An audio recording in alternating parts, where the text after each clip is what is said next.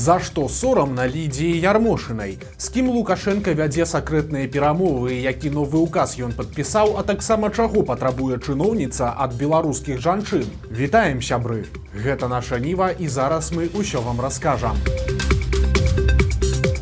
Сілавікі арыштавалі вядомага прыхільніка Аляксандра Лукашэнкі. Стала вядома пра затрыманне Анатолія Чэпікава, дырэктара Палацы культуры МАЗа, прадзюсара, кампазітара і аўтара гімна ўсебеларускага народнага сходу.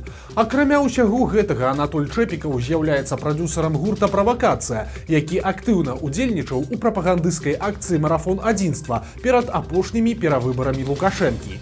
Акрамя таго, Чэпікаў напісаў гімн акцыі БРСМ «Беларусь памятае».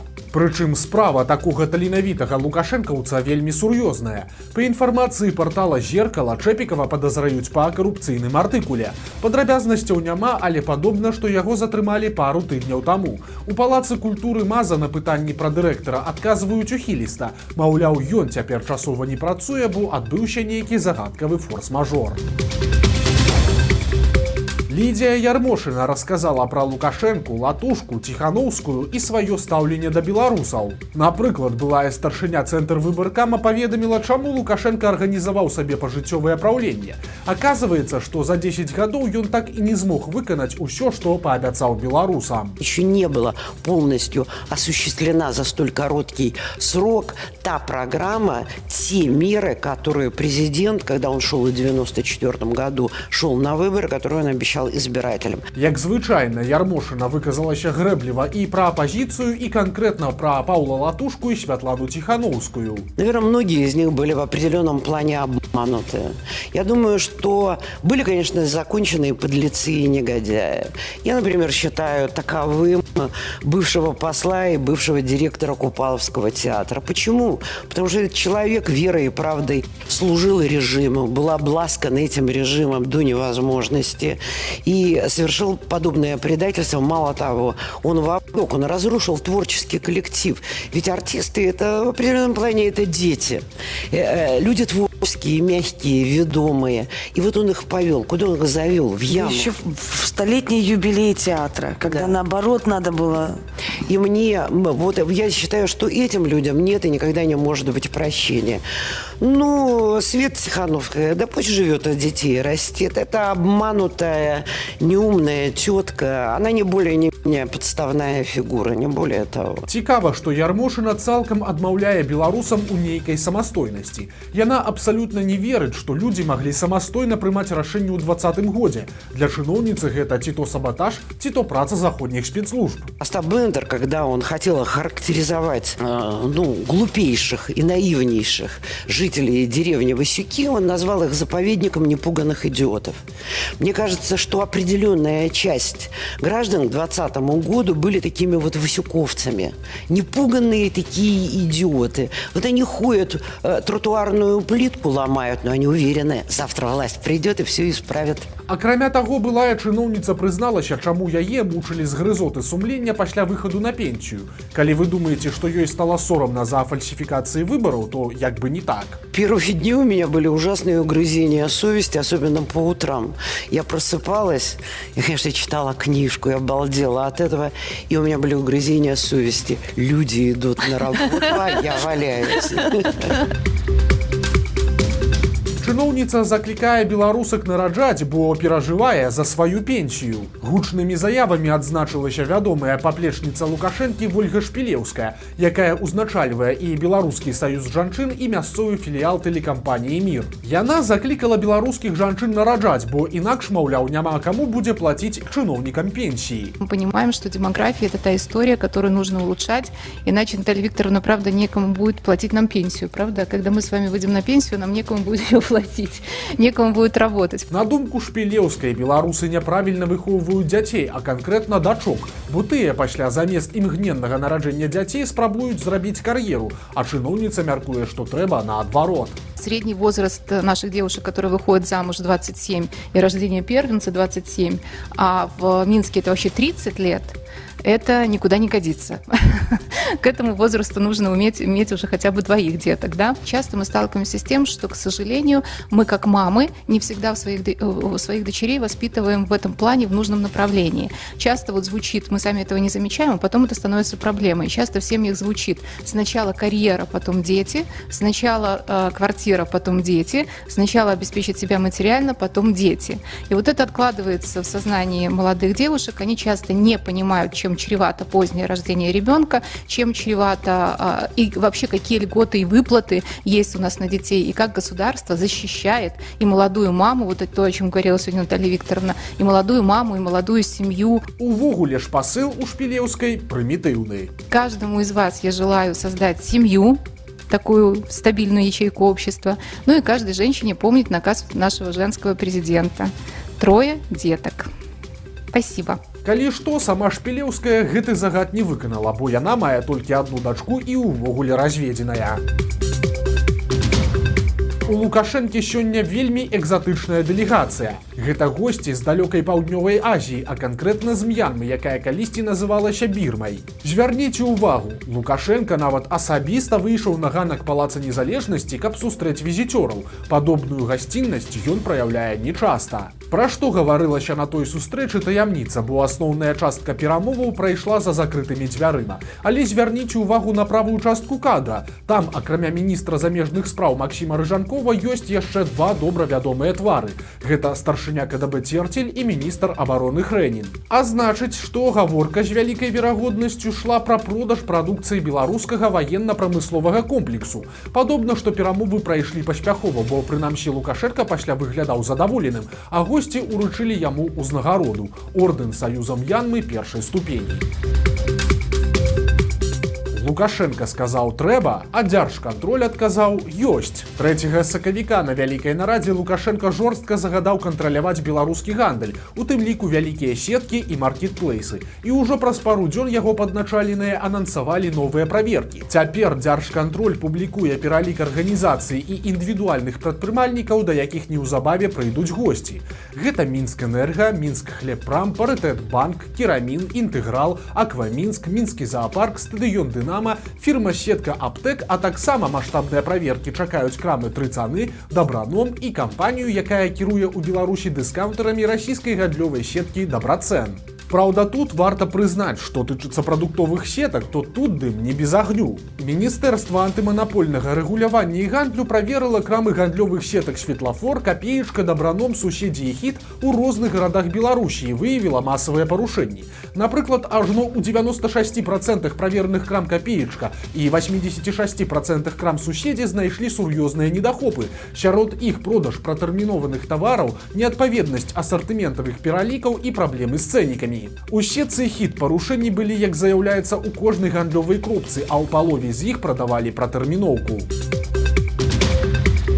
Начальнік пажарнай службы памёр проста падчас тушэння пажару. Васіль Лобан разам з калегамі выехаў тушыць узгаранне ў Івацевіцкім раёне і падчас працы адчуў сябе кепска. Выратаваць мужчыну, на жаль, не змаглі. Васілю Лобану было ўсяго толькі 64 гады.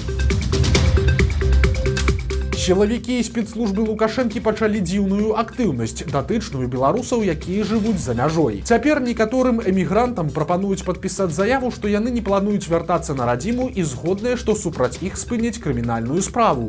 Гэтую паперку пасля просяць даслаць у беларускі следчы камітэт. Як тлумачаць юрысты, гэты дакумент патрэбны самім сілавікам, каб пасля абгрунтаваць прыняцце рашэння па справе ў сітуацыі, калі абвінавачаны адсутнічае. Прасцей кажучы, гэта такі нахабны зварот да людзей, на якіх лукашэнкаўцы завялі крыміналку. Тыпу, дапамажыце, каб нам было зручней разруліваць справу, якую мы на вас адкрылі. Беларуская актывістка Александра Васілевіч, якая 7 гадоў жыве ў ЗША, раптам атрымала званок з КДБ. Спецслужбіст, які званіў, запрасіў дзяўчыну на гутарку ва ўпраўленне КДБ па Гродзенскай вобласці. На просьбу прадставіцца і выслаць позву супрацоўнік сказаў, што калі яна прыедзе, то тады ён і прадставіцца. Суразмоўца не патлумачыў Александра, аб чым плануецца гутарка і чаму пра яе ўвогуле ўзгадалі, калі яна яна не была ў Беларусі апошнія 7-8 гадоў.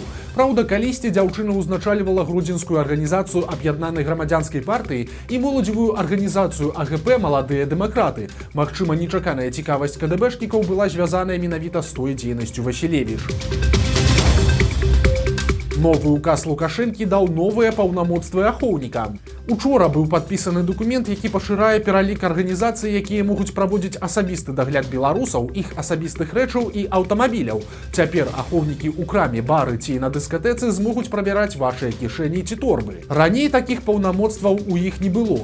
На думку ўладаў, гэты дазвол павінен павысіць узровень бяспекі ў грамадскіх месцах і на масавых мерапрыемствах.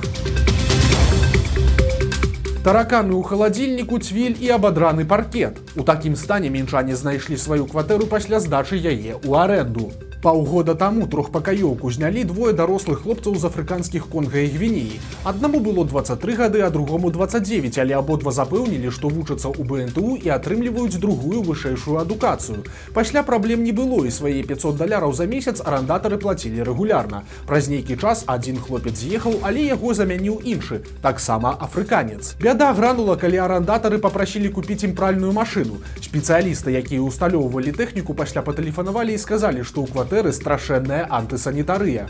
У адказ арандатары паабяцалі, што навядуць парадак, а самі экстэрна з'ехалі з кватэры і нават увогуле з Беларусі. Калі гаспадары ўпершыню за 6 месяцаў зайшлі ў жыллё, то ўбачылі проста жудасную карціну. Парэпаны паркет, у самым прамым сэнсе чорная ванная і цвіль на столі. Прычым, пакідаючы абжытыя метры, афрыканцы пакінулі ў кватэры шмат чаго дзіўнага. Некалькі пашпартоў на незнаёмыя уладальнікам імёны, чамадан з чымсьці адзеннем, а таксама жаночыя рэчы і сваю мясцовую валюту.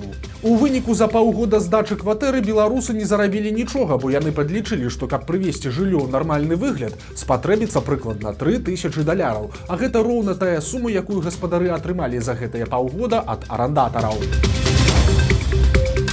Каханне беларускі знакамітага галівудскага акцёра скончылася бядой. Як вы, напэўна, ужо здагадаліся, даверлівую жанчыну абдурылі махляры. 47-гадовая беларуска пазнаёмілася ў сеціве з ашуканцам, які выдаваў сябе за амерыканскую суперзорку кіно Джейсона Момоа. Навапалачанка паверыла, што яе суразмоўца сапраўды той самы акцёр. Тым больш, што знакаміты артыст паведаміў, ён вырашыў парадаваць сваю каханую і адправіў ёй пасылку з нейкай неверагоднай вялікай сумай грошай. Жанчыне сталі прыходзіць паведамленні нібыта ад беларускіх органаў. Маўляў, пасылка на яе імя знаходзіцца ў Брэсце, аднак для праходжання мытнага кантролю неабходна перавесці грошы на пэўны рахунак.